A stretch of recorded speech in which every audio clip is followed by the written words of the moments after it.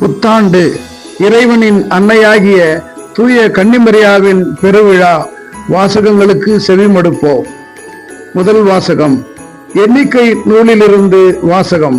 அதிகாரம் 6, வசனங்கள் 22 முதல் 27 வரை. ஆண்டவர் மோசேயிடம் கூறியது: நீ ஆரோனிடமும் அவன் புதல்வரிடமும் சொல், நீங்கள் இஸ்ரேல் மக்களுக்கு ஆசி கூற வேண்டிய முறை. ஆண்டவர் உனக்கு ஆசி வழங்கி உன்னை காப்பாராக. ஆண்டவர் தம் திருமுகத்தை உன்மேல் ஒளிரச் செய்து உன்மீது அருள் பொழிவாராக. ஆண்டவர் தம் திருமுகத்தை உன் பக்கம் திருப்பி உனக்கு அமைதி அருள்வாராக. இவ்வாறே அவர்கள் என் பெயரை இஸ்ரேல் மக்களிடையே நிலைநாட்டுவர். நானும் அவர்களுக்கு ஆசி வழங்குவேன். இது ஆண்டவர் வழங்கும் அருள் வாக்கு. இறைவா, உமக்கு நன்றி. பதிலுரை பாடல். பல்லவி. கடவுளே, என் மீது இறங்கி எனக்கு ஆசி வழங்குவீராக. கடவுளே, என் மீது இறங்கி எனக்கு ஆசி வழங்குவீராக. உமது திருமுக ஒளியை என் மீது வீசுவீராக. பல்லவி. கடவுளே, என் மீது இறங்கி எனக்கு ஆசி வழங்குவீராக. அப்பொழுது உலகம் உமது வழியை அறிந்து கொள்ளும்.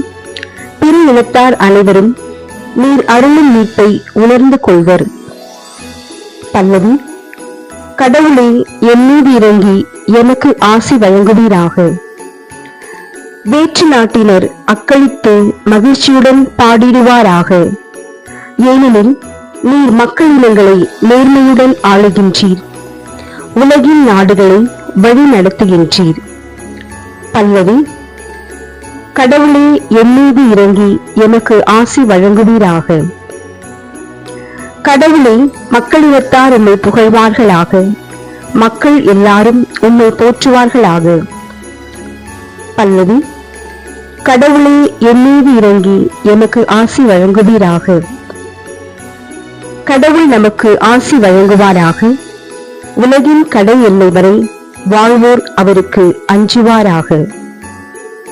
பல்லவி. கடவுளே, என் மீது இறங்கி எனக்கு ஆசி வழங்குவீராக. இரண்டாம் வாசகம். திருத்தூதர் பவுல் கலாத்தியருக்கு எழுதிய திருமுகத்திலிருந்து வாசகம். அதிகாரம் 4, அருள் திருவசனங்கள் 4 முதல் 7 முடிய. சகோதரர் சகோதரிகளே, காலம் நிறைவேறிய போது திருச்சட்டத்திற்கு உட்பட்டிருந்த நம்மை மீட்டு தம் பிள்ளைகள் ஆக்குமாறு கடவுள் தம் மகனை பெண்ணிடம் பிறந்தவராகவும் திருச்சட்டத்திற்கு உட்பட்டராகவும் அனுப்பினார்.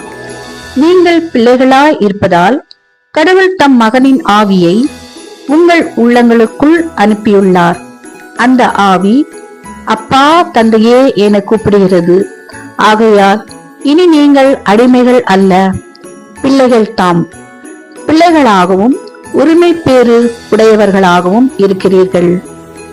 இது கடவுளின் செயலே. ஆண்டவர் வழங்கும் அருள்வாக்கு. இறைவா, உமக்கு நன்றி. அல்லேலூயா, அல்லேலூயா, அல்லேலூயா, அல்லேலூயா, அல்லேலூயா, அல்லேலூயா, அல்லேலூயா, அல்லேலூயா.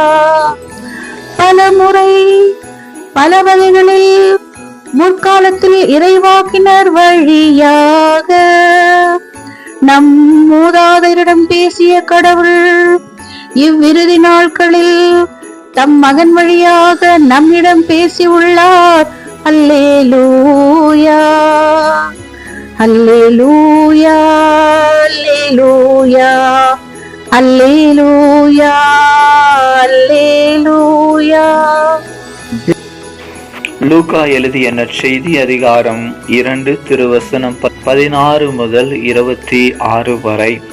அக்காலத்தில் இடையர்கள் பெத்லகேமுக்கு விரைந்து சென்று மரியாவையும் யோசேப்பையும் தீவன தொட்டியில் கிடைத்திருந்த குழந்தையையும் கண்டார்கள். பின்பு அந்த குழந்தையை பற்றி தங்களுக்கு சொல்லப்பட்ட செய்தியை தெரிவித்தார்கள். அதை கேட்ட யாவரும் இடையர்கள் தங்களுக்கு சொன்னவற்றை குறித்து வியப்படைந்தனர். ஆனால் மரியா அந்நிகழ்ச்சியை எல்லாம் தன் உள்ளத்தில் இருத்தி சிந்தித்து கொண்டிருந்தார். இடையர்கள் தங்கள் கேட்டவை கண்டவை அனைத்தையும் குறித்து கடவுளை போற்றி புகழ்ந்து பாடிக்கொண்டே திரும்பி சென்றார்கள். அவர்களுக்கு சொல்லப்பட்டவாறு எல்லாம் நிகழ்ந்திருந்தது. குழந்தைக்கு விருத்த சேதனம் செய்ய வேண்டிய 8ஆம் நாள் வந்தது. தாயின் வயிற்றில் உருவாகும் முன்பே வானதூதர் சொல்லியிருந்தவாறு அதற்கு இயேசு என்று பெயரிட்டார்கள். இது கிறிஸ்து வழங்கும் நற்செய்தி. கிறிஸ்துவே உமக்கு புகழ்.